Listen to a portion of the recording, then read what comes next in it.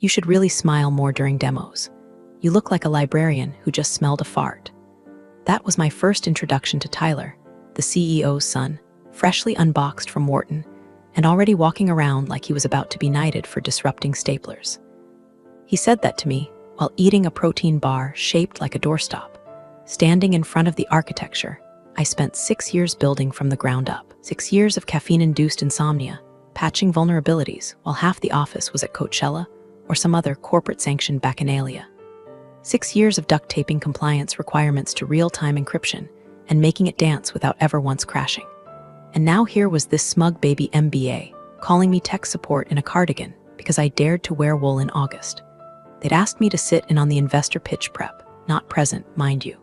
Sit, observe, smile politely while Tyler mispronounced the very terms I coined and confused AES with AI like he was reading from a bad chatbot script. Apparently, I was too intense to face the investors. You know how engineers get, the COO muttered to HR once, thinking I was out of earshot. Brilliant, but weird. Yeah, well, your wife's hairdresser uses my password manager. Small world, but here's the funny part. For all the posturing, the private jets, motivational Slack messages about synergy, none of them ever looked at the code-base metadata. None of them knew that buried deep in that system, the one they're now trying to sell for neat $90 million, was a heartbeat signature. Mine. A heartbeat the system checks every time it boots. Not biometric, not retinal, not fingerprint. Mine. And if that heartbeat disappears for more than 48 hours, the encryption key fragments. Irreversibly. Didn't do that out of spite. I did it because they refused to pay for a second security engineer. Look, I'm not bitter. I'm not some vengeful genius hiding behind horn-rimmed glasses and trauma. I just got tired of being the only person in the room who could tell the difference between a network breach and someone opening too many tabs. I made something airtight. They ignored it because I drink instant coffee and wear Payless loafers. Jokes on them. Shoes don't squeak when you walk into a boardroom uninvited. And speaking of ignoring things, if you've made it this far and haven't hit the subscribe button, what are you doing? You're already deep in the weeds with me. Might as well make it official. Go ahead, subscribe. It keeps this story engine running smoother than Tyler's gelled hair after a midday ego boost. Really helps the team keep the Marlboros lit and the microphones hot. Anyway, after Tyler's fart joke and his PowerPoint tantrum, I was told I'd be handling the back-end prep for the investor pitch. In English, that meant I'd be making sure nothing exploded while he demoed software he couldn't spell. He handed me a checklist that looked like it was written by ChatGPT after 3 cocktails. Make encryption work good. Remove bugs. Ensure seamless synergetic output. I think he thought if he used enough buzzwords, server would just smile and comply. I said nothing. I took the list, I nodded. Then I went back to my desk and did what I always do when men like Tyler start puffing their chests, silently prep the tripwire. There's a line between being humble and being invisible. I walked that line every day. No title inflation, no stock options, no glossy awards. Just me, my keyboard, a heartbeat signature hidden 3 layers deep in a system they couldn't rebuild if they tried. But let them try. Please. I'd love to see Tyler explain to the investors why the core authentication suddenly defaults to a null string if I get terminated. So yeah, I prepped for the pitch. I even cleaned the sandbox logs and made sure the load balancer wouldn't choke when they clicked run simulation. But I also did something else. I tethered my heartbeat check to a passive monitor, my knockoff smartwatch. Not for security, for insurance. If I get cut off, the system alerts the investor. No fireworks, no alarm bells. Just a soft little message encrypted and sent to one inbox. One person, one question. Who owns this code? And if they ask me directly, if they have the nerve to finally ask, I'll tell them, calmly. Smiling like a librarian who just finished reading their obituary aloud. I do. The first real crack in the dam came during a Thursday prep meeting, 2 days before the pitch. Tyler rolled in late, reeking of mint vape and startup desperation, and plopped into the chair like gravity owed him something. He looked around, smirked at the assembled team, marketing, finance, one guy from DevOps who hadn't blinked since 2019, and then looked at me like I was the janitor who'd overstayed her welcome. Margaret, he said, drawing out the syllables like my name was a nuisance he had to wipe off his shoe. We've decided you won't be in the room for the demo. Investors want clean lines, young energy, not back-end vibes, back-end vibes. I looked up from my notes. You mean the system I built from scratch? The one we're selling? The one with 5 active compliance certifications tied to my name. He waved me off with a chuckle, like I was an elderly aunt worried about microwave radiation. It's all in the deck. You've done great work, really. But let the suits talk now. This is the big leagues, I could have responded. Could have listed the 14 separate regulatory checkpoints that had my name stamped on them like a cursed signature. Could have pulled up the multi-jurisdictional clause that said only a certified architect could demo live encryption for cross-border investors.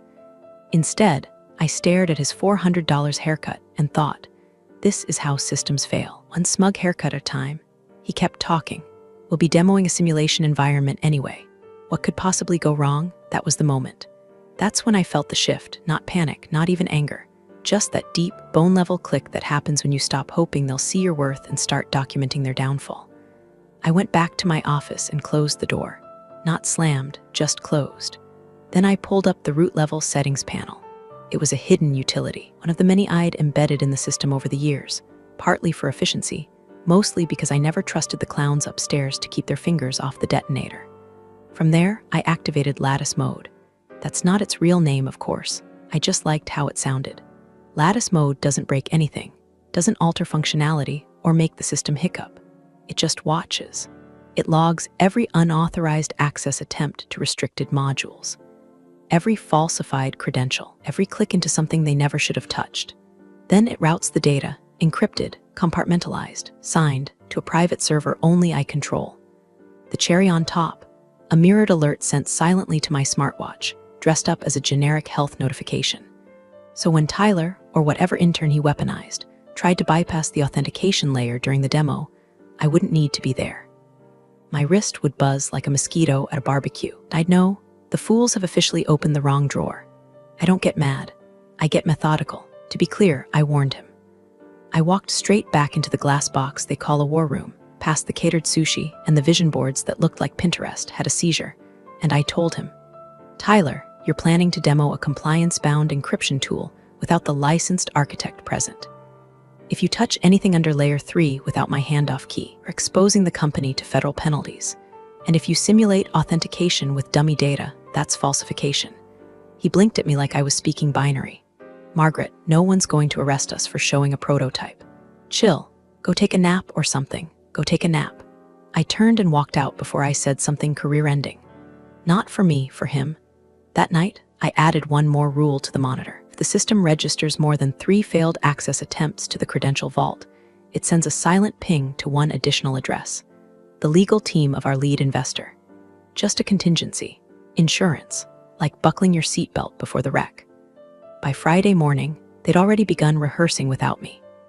I walked past the boardroom and saw Tyler standing in front of the screen, gesturing with all the subtlety of a mime on meth. I paused just long enough to watch him stumble over the word decentralized before my wrist buzzed.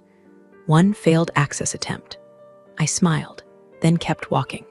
The rumor hit like black mold, slow, silent, and spreading through the drywall while everyone pretended it was just a weird smell. It started with one of those fake casual check-ins. Hey, just wondering, is Margaret okay? Then came the sudden drop in invites. No more all hands, no calendar pings, not even a Slack reaction when I posted that the load test passed at 400% projected demand. Next, a project manager, new, too young to know better, slid up to me by the espresso machine and said, just between us girls, do you ever worry you're like too siloed? I looked her dead in the eye and said no. I worry you're not siloed enough. She blinked, laughed nervously, and scurried off like I'd coughed up a bat. By Tuesday, someone from HR accidentally sent me a calendar invite to a performance review that didn't include me on the panel. I opened it out of curiosity and found the words not team-oriented, rigid, and my personal favorite, highly replaceable post-funding. Bold of them to put that in writing. Even bolder to think I wouldn't see it. That afternoon, I logged in to prep for a routine stability check. My admin access was gone, not downgraded, gone. Just a red banner across the dashboard.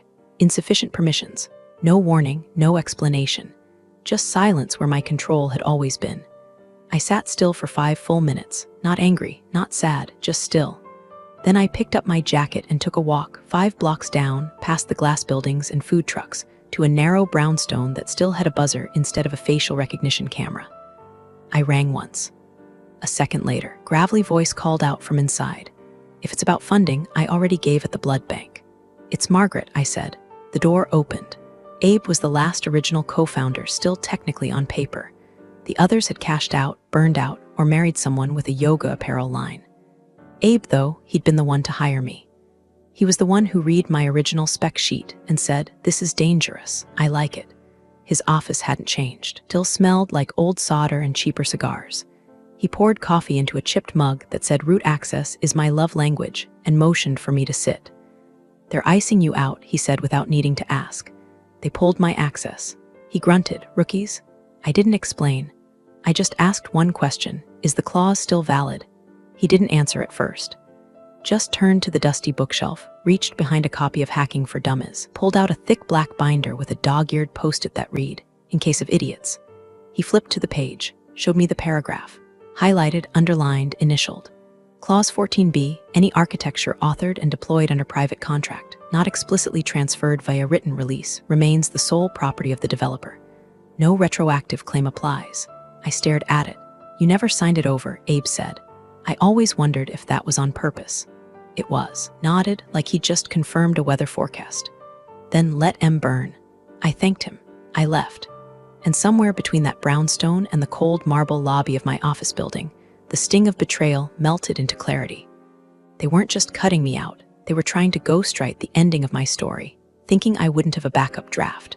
They didn't realize the story was mine to begin with. They thought the code was company property. They didn't know was that the foundational logic, the true engine behind the encryption, was built using a framework I designed years before I ever joined the company. A framework I never registered under their banner. A framework that, on paper, still lived under my name, under a private LLC I'd quietly formed the same week I took the job. They assumed I was just a coder with good aim. But I was the copyright holder of the language they'd been shouting in. Let them rehearse. Let them polish their pitches and polish each other's egos. Let them rewrite the org chart and redraw the seating plan. When the lights go out, they'll realize the only person who can flip the breaker is the one they just ghosted. Investor Day smelled like money and panic sweat. The conference room had been gutted and rebuilt with temporary LED panels and branded step-and repeats, like someone was trying to launch a hedge fund on the set of a game show. The coffee was artisanal, the pastries had names, and the interns were handing out brochures that looked like they'd been printed with angel tears. They sat me in the back. No name tag, no introduction. Just a plastic folding chair with a view of the exit sign.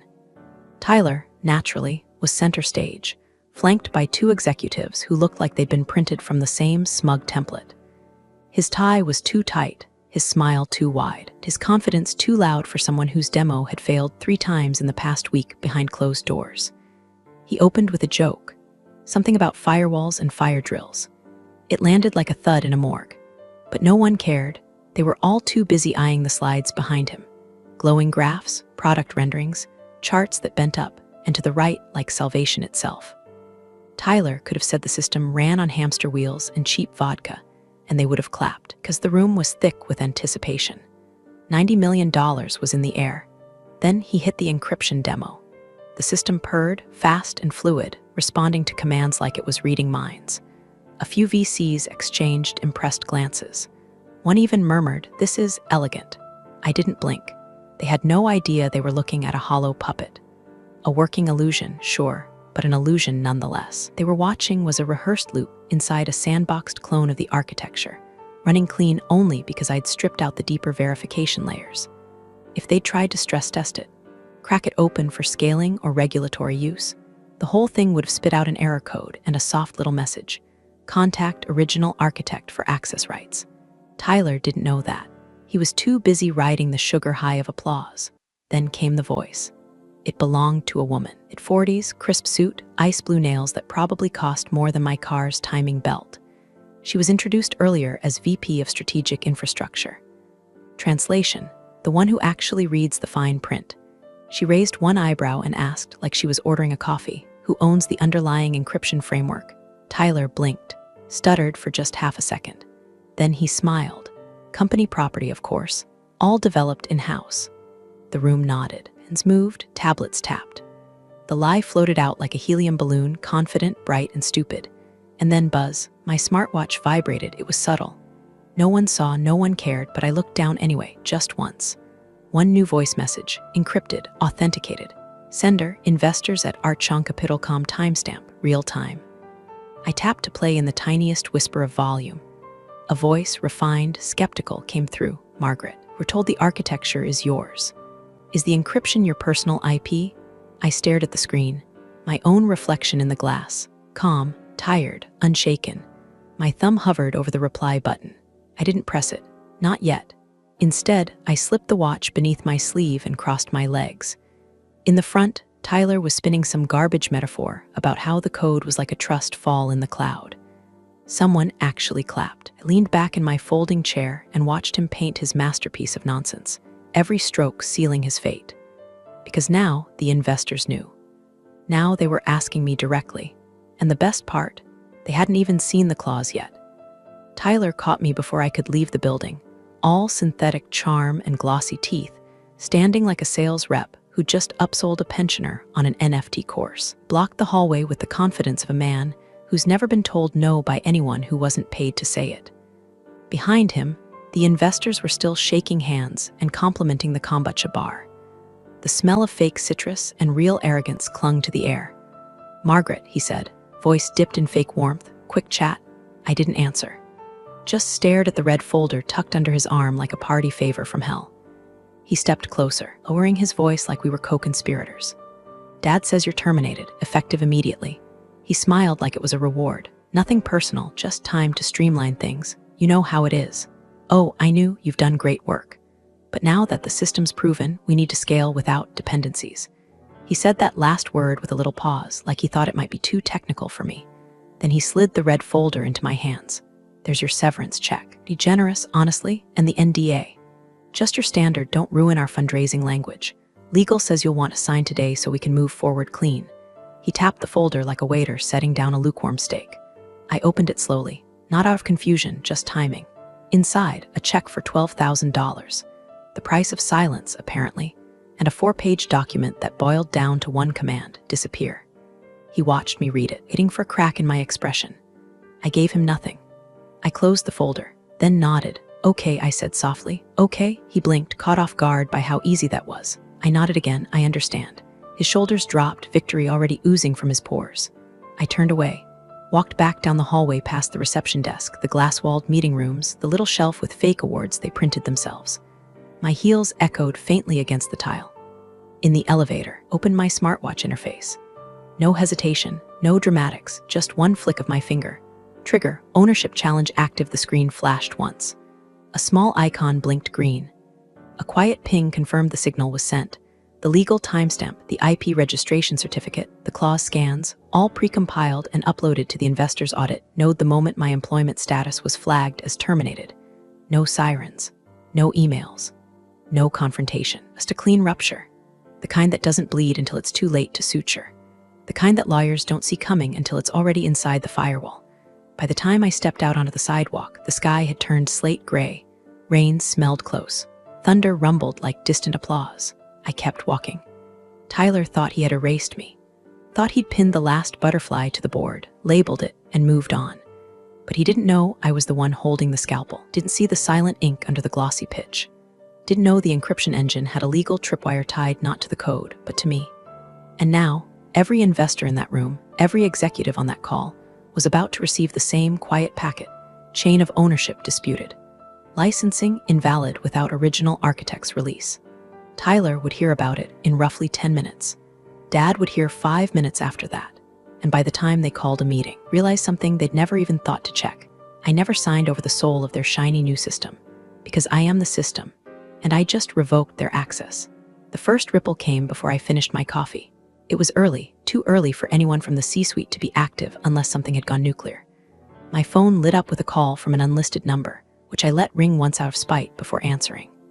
A clipped voice on the line, Margaret, this is Jenna from legal. Stirred cream into my mug, slow and deliberate. Hi, Jenna. There was a pause, a rustling of papers. Someone muttering in the background, probably Tyler, hyperventilating into a branded hoodie. We're trying to clarify something. The investors they've temporarily halted negotiations.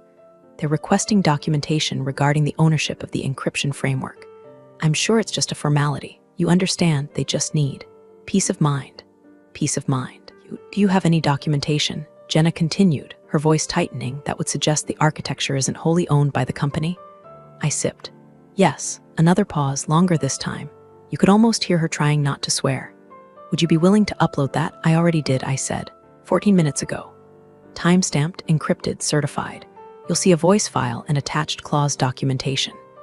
If your inbox isn't melting yet, it will be. Hung up before she could finish her polite stammer. Across the city, across time zones, across network tunnels lined with NDAs and optimism, the trap had begun to snap shut. From what I heard later, the investors' team reacted fast. They didn't panic, they escalated, pulled their negotiators, froze their data room, issued a formal inquiry about IP chain of custody, and requested a full compliance audit within the hour. The CEO, been sunning himself in the warm glow of Tyler's overconfident pitch, reportedly went ghost pale during a mid-morning strategy call and demanded an emergency meeting with legal, ops, and that encryption woman. Except I didn't work there anymore. They'd made sure of that. Tyler, meanwhile, apparently tried to spin the whole thing as a simple miscommunication, some email that had slipped through the cracks, some clause they thought had been handled.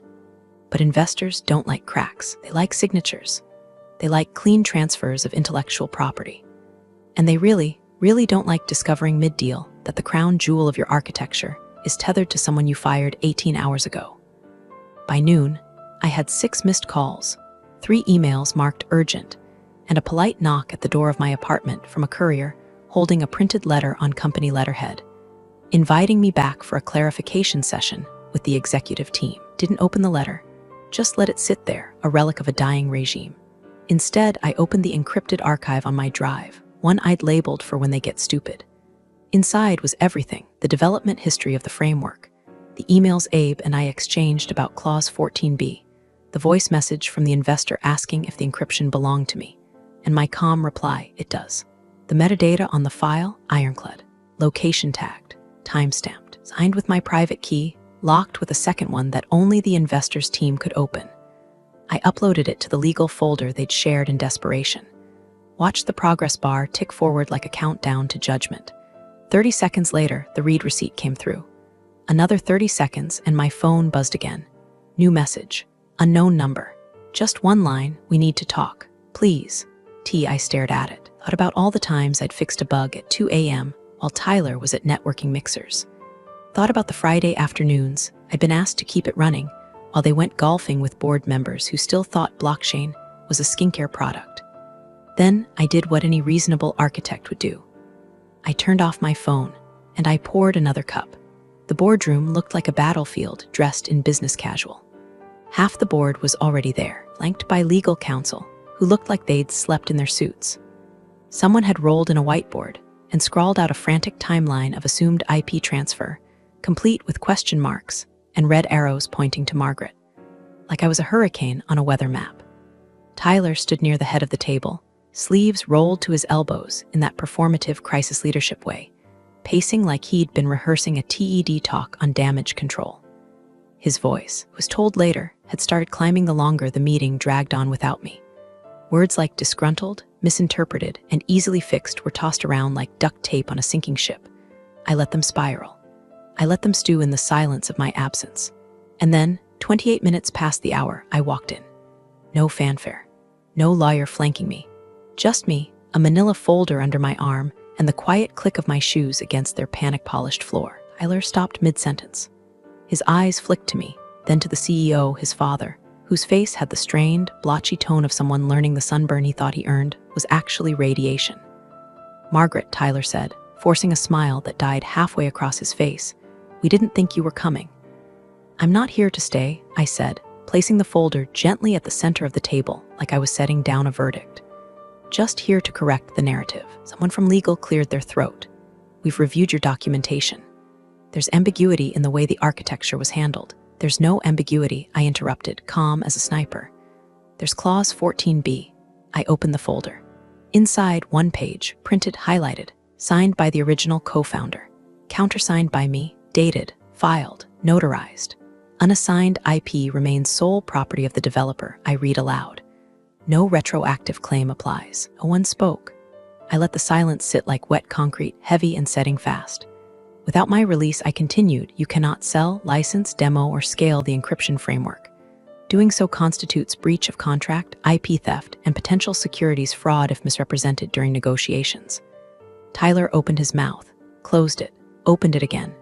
She was just a coder, he muttered, half to himself. Just the back-end lead, the CFO coughed. IP filing is hers. It predates our involvement. Tyler turned to his father, whispering something frantic. The CEO didn't move, just stared at the clause like it had personally insulted his golf handicap. Margaret, the board chair said, trying to bring dignity back into the room, what would it take to resolve this amicably? I leaned forward, resting my palms on the table. You fired me. You locked me out. You called me redundant. I tapped the page. It says otherwise. Another silence, deeper now, sinking into the bones of the building. Behind me, the door clicked shut. Security, maybe, or just the weight of consequences finally closing in. Tyler was pale now. His father no longer looked at me, just stared out the window as if the parking lot might offer salvation. You have two options, I said. Rebuild from scratch, which will take 2 years, 4 lawsuits. The collapse of your funding round, I slid a second sheet across the table. A printed invoice, or license the framework from me. The number on the paper was clean, not cruel, just accurate. A silence passed. Someone exhaled like they'd been underwater. I'll give you until tomorrow at noon. I picked up the original clause and slipped it back into the folder. After that, I negotiate directly with the investor. Then I turned, walked out the door I'd once been escorted through. This time, no one followed. I didn't wait until noon. By 9:04 a.m., I was already on a video call with the investor's core team. No middlemen, no company handlers, no Tyler in a slim-fit blazer interrupting to explain acronyms he didn't understand. Just me, a black turtleneck, and a fresh cup of coffee, staring down 3 people in suits so expensive they made my thrifted bookshelf look like evidence in a tax fraud case. Let's get straight to it, said the lead partner, folding her hands like she was about to negotiate a hostage release. You created the framework. I did. You retained ownership through an unassigned IP clause. Yes, and you never signed it over to the company? No, they never even asked. She nodded once like she appreciated the efficiency. Then she asked the real question. Do we still have a path to license the architecture? Not through them, I said, but through me. Absolutely. Dropped a PDF into the shared drive. Terms, licensing tiers, maintenance schedule, one-time buyout option if they wanted exclusivity. The partner clicked through it. Her brows barely moved. We were prepared to invest $90 million, she said. This contract puts you at a little over 110. Yes, I replied, a long silence. Then a smile, thin, pleased, dangerous. We'll draft the agreement this afternoon. And just like that, the crown jewel they thought was theirs belonged to the woman they'd ghosted, insulted, and dismissed as too back-end for front-facing discussions. By lunchtime, the contract was live. By 2:00 p.m., the company's internal Slack channels were melting. The funding evaporated first, instantly. The investor's official statement didn't even mention the company by name. Just, we've chosen to pivot to a direct licensing arrangement with the original IP holder to ensure long-term integrity and scalability. No blame, no drama, just surgical abandonment. The board scrambled. Tyler's father, who had been riding the high of a potential exit, now faced an investor exodus and a valuation freefall. The CTO quietly updated his LinkedIn with open to work. CMO tried to book a podcast interview titled How to Handle Disruption with Grace. It was declined. And Tyler panicked. He sent me an email first, then a LinkedIn message, then a desperate text. Hey, can we talk? Things got taken out of context. I didn't respond. Instead, I forwarded his original termination message to his father's direct line. Subject FWD, ownership transfer update attached. A screenshot of Tyler's smiling face next to the words Dad says you're terminated. The tech belongs to us now, smiling face with sunglasses. The smug emoji was still there, frozen in time like a mosquito in amber. No edits, no commentary, just evidence. 5 minutes later, a reply came back. Not from Tyler, from his father. Just 4 words, we've made a mistake. But mistakes have consequences. This one cost them their tech, their deal, and their Golden Boy's carefully paved legacy. I closed my laptop, stood, and looked out the window. I wasn't part of their company anymore. I was the company now. They called one final meeting. Not a Zoom, not a desperate email chain. A full in-person boardroom standoff. the kind that smells like old ambition and lemon floor polish. They asked politely, too, a condemned man straightening his tie before the firing squad. The subject line read, "Clarification session urgent." I almost didn't go, but I wanted to see the whites of their eyes. I arrived 6 minutes late on purpose, walked in wearing the same cardigan Tyler once mocked, sat at the head of the table like I'd always belonged there, because I had. The room was heavy with the kind of silence that only comes from people who have already lost, but haven't admitted it yet. The CEO was there, jaw locked and eyes bloodshot. Tyler sat beside him, wrists twitching, leg bouncing, voice ready to lunge. "Margaret," he said, leaning forward like this was a hostage negotiation, "this has gone too far. You need to hand over the framework. You built it while employed here under company time. That makes it ours, your company property." He said that last part like a man trying to intimidate a lion with a leash. I didn't say a word. Instead, I lifted my wrist, tapped the screen, and let the silence break. The room filled with a voice they all knew, measured, elegant, sharp. The investor's voice, recorded and authenticated. "We only trust her." That was it. No preamble, no explanation, just 6 words. And those 6 words hit harder than any lawsuit, any bluff, any performance review they'd weaponized over the years. Tyler's mouth fell open, like the air had been knocked out of him. His father looked away, visibly crumbling. The board stared like they'd just watched the company's valuation vanish in real time. I smiled, not out of triumph, not even vengeance, just closure. Then I looked Tyler in the eye. "You're fired." He blinked. "You can't." I just did. The door behind me opened before anyone could protest. The investor's partner stepped in, crisp navy suit, folder in hand, expression unreadable. She walked past Tyler without a glance, asked the CEO without a nod, and set the folder down in front of me. "Margaret," she said, "shall we sign?" I opened the folder. Read the first line.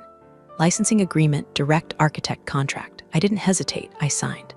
The sound of my pen scratching paper was the only noise in the room. No one spoke. No one moved. When I stood, no one followed. I walked out of that building, the one I helped hold together for 6 years, without looking back. Let them sit there, stunned, surrounded by glass and silence, and the faint scent of their own ego collapsing. Outside, the sky had cleared. I tapped my watch once more. The screen glowed, then went still. Appreciate you sticking around, you wise old rebels. Smash that subscribe button, or this fossil might just cause another epic fiasco.